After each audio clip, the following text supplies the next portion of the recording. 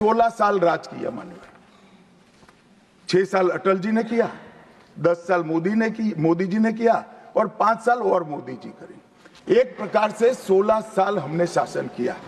16 साल में हमने 22 बार संविधान बदला, संविधान के अंदर परिवर्तन की, और कांग्रेस ने 55 साल करा और 55 साल में 77 परिवर्तन कांग्रेस ने भी किए, कांग्रेस के शासन में भी हुए।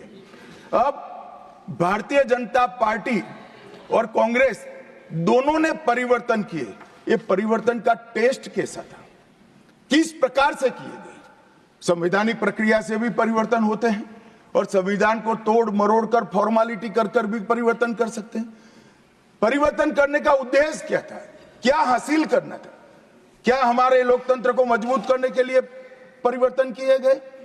क्या हमारे जिनको अधिकार नहीं है ऐसे लोगों को समकक्ष अधिकार लेने के लिए परिवर्तन किए गए, या अपनी राज्य सत्ता को टिकाने के लिए परिवर्तन? इस पर से ही पार्टी का कैरेक्टर, पार्टी के चलने की पद्धति और पार्टी का संविधान में विश्वास, ये सबको मालूम पड़ता है। मैं ज्यादा संविधान के संशोधन में नहीं जाऊंगा मान्यवर। दोनों प्रमुख दलों के 4 संविधान संशोधन को मैं लेना चाहूंगा। पहला संशोधन हुआ 18 जून 1951 में। संविधान सभा ने ही ये संशोधन करना पड़ा, क्योंकि संविधान बनाने के बाद, संविधान स्वीकारने के बाद आम चुनाव में जाने तक का भी धैर्य कांग्रेस पार्टी में नहीं था। अभी लोकसभा नहीं बनी थी, अभी राज्यसभा नहीं बनी थी और संशोधन लेकर आए। अब उसका उद्देश्य क्या था? 19A जोड़ा गया। 19A जोड़ा गया, वो किस लिए जोड़ा गया?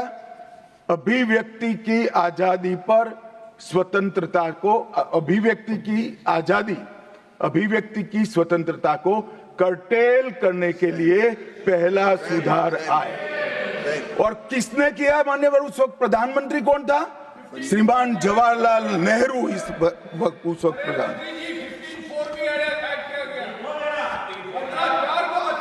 आप बता चुके। अब मान्यवर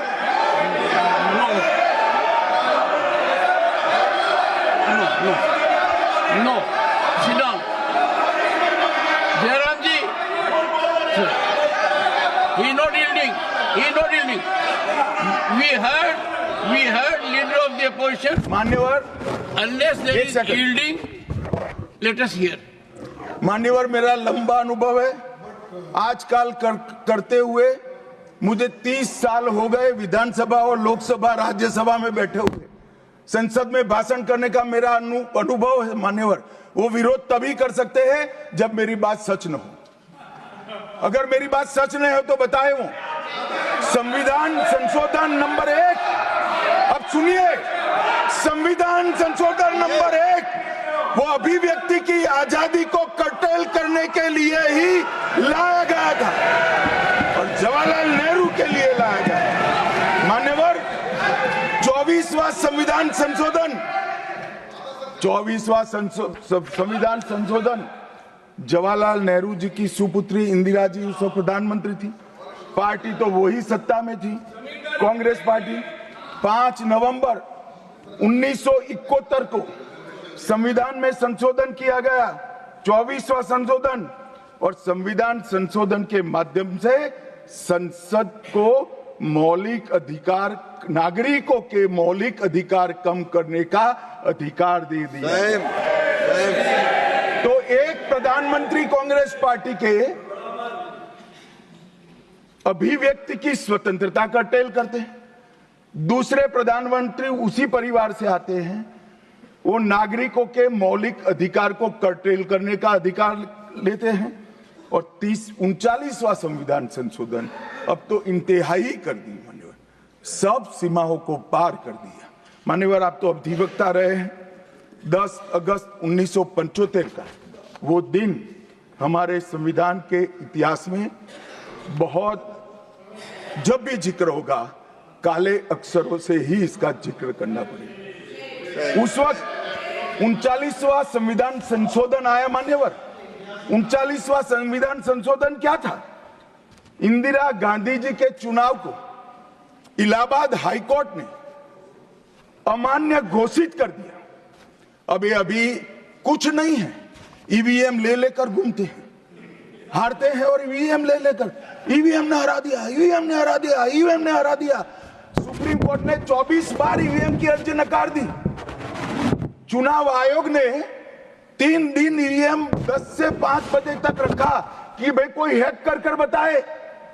कोई नहीं गया, सुप्रीम कोर्ट में कोई नहीं गया, और हारते हैं तो ईवीएम का दोष निकालते हैं। मान्यवर, एक ही समय, एक ही दिन 2 परिणाम घोषित। एक महाराष्ट्र में सुपड़ा साफ हो गया, जो जनादेश के साथ द्रोह किया था, इसका दंड महाराष्ट्र की जनता ने दिया और दूरबीन लेकर दिखाई नहीं पड़ते, और उसी दिन वो झारखंड में जीते। तो महाराष्ट्र में ईवीएम खराब है और झारखंड में टप से जाकर नए कपड़े पहनकर शपथ ले ली। अरे भाई, जरा तो शर्म करो, जनता देख रही है। एक जगह ईवीएम सही है, एक जगह ईवीएम खराब है। मान्यवर, ऐसा कैसे हो सकता है?